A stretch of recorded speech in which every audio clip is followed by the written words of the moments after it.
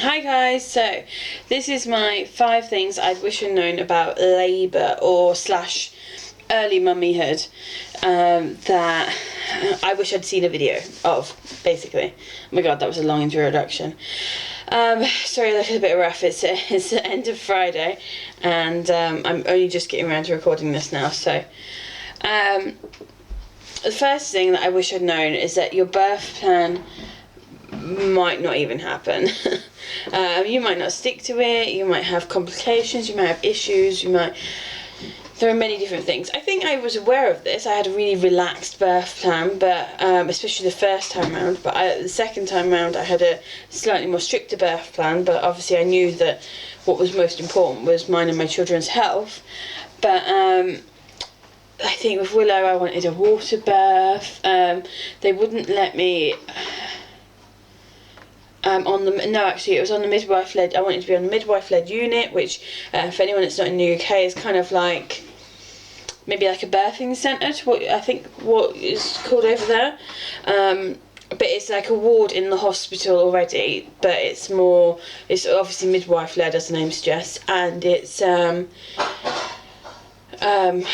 for low risk births and very natural, and has loads of different apparatus like ropes from the walls and water pools and things like that, beanbags and etc. and whatever else. So I originally wanted to give birth in there, and then with Dylan I wanted to give birth at home because I'd had such a large experience at the hospital, so I wanted to give birth at home, and that didn't happen because it ended up being induced because I was so overdue. Second thing is breastfeeding isn't as easy as what I was led to believe. I went to every breastfeeding clinic I could book myself onto before I had Willow, and I was adamant that I was going to breastfeed, and I did actually. I breastfed really long, well not really long, but I breastfed for 3 solid months with Willow. With Dylan I breastfed him for the first 3 to 4 days. 3 days, first 3 days, before I switched to formula. But both of mine had tongue ties.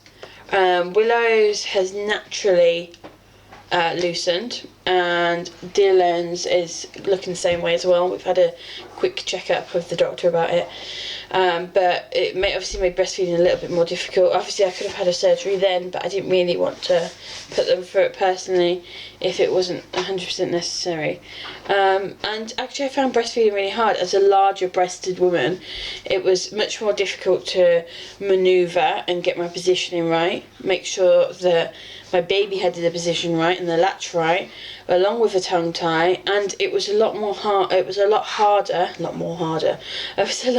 to cover up and be discreet, because obviously not that you should be ashamed, and good on you if you can just whap your boob out, but I'm not really like that, especially in front of my family members and stuff like that. They just didn't feel comfortable doing it. Third thing, mummy guilt. Right from those early days, after when I just had Willow, I felt guilty about something pretty much every day, because I hadn't picked her up straight away when she cried, because I wanted to have a bath and I left her with Rob for 10 minutes, just silly things like, oh my goodness, I didn't wake up quick enough when she was crying, which I probably did, and just after I had both of them I felt this massive wave of guilt, and that was mainly one of the reasons why I stopped breastfeeding Dylan, because I had this massive mummy guilt moment where I looked at Willow as an 18-month-old and saw how much she still needed me, and then I looked at this tiny new baby and looked at how much he needed me, and was like, I need to get us on a routine, we need to be sorting this out, because I don't think I can just breastfeed him all day like I used to do with Willow. And Willow was a constant nurser all the time.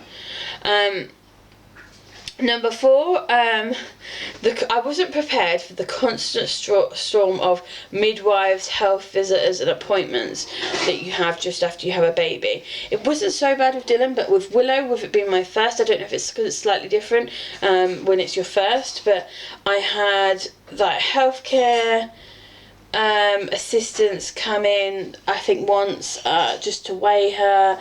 I had midwives coming in and out every couple of days, and then that kind of dwindled down and they went passed over to more like the health visitor every couple of days. Then you have to take them to clinic every 2 weeks or so until they get to a certain weight, and then they could be every month. And so yeah, so that was just constantly exhausting, running around trying to, and to be fair, most of them come to your house, but not all of them. After Dylan, it wasn't quite so bad. We had the community midwives that looked after us for our pregnancy. They were, they just kind of popped in every week or so and just made sure that we were okay. And with it, I think with it being your second baby, they were a bit more relaxed. They just weighed him, make sure he was okay. He had an issue with his belly button, maybe slightly infected, so so they kind of helped us sort some medication, some antibiotic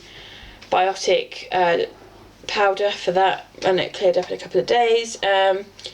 But Dylan obviously had a few issues when he was first born as well, but we had to take him to go get his heel prick test done as well at a different centre that was on the other side of town to us. And then you've got to register your baby as well, so there was loads to do. It felt like there was endless amounts to do. And then if you're in the UK, you need to sort out your child benefit, your tax credits and things like that, so that you're getting everything that you need that you're entitled to for your child. So yeah, so I wasn't quite ready for that. And then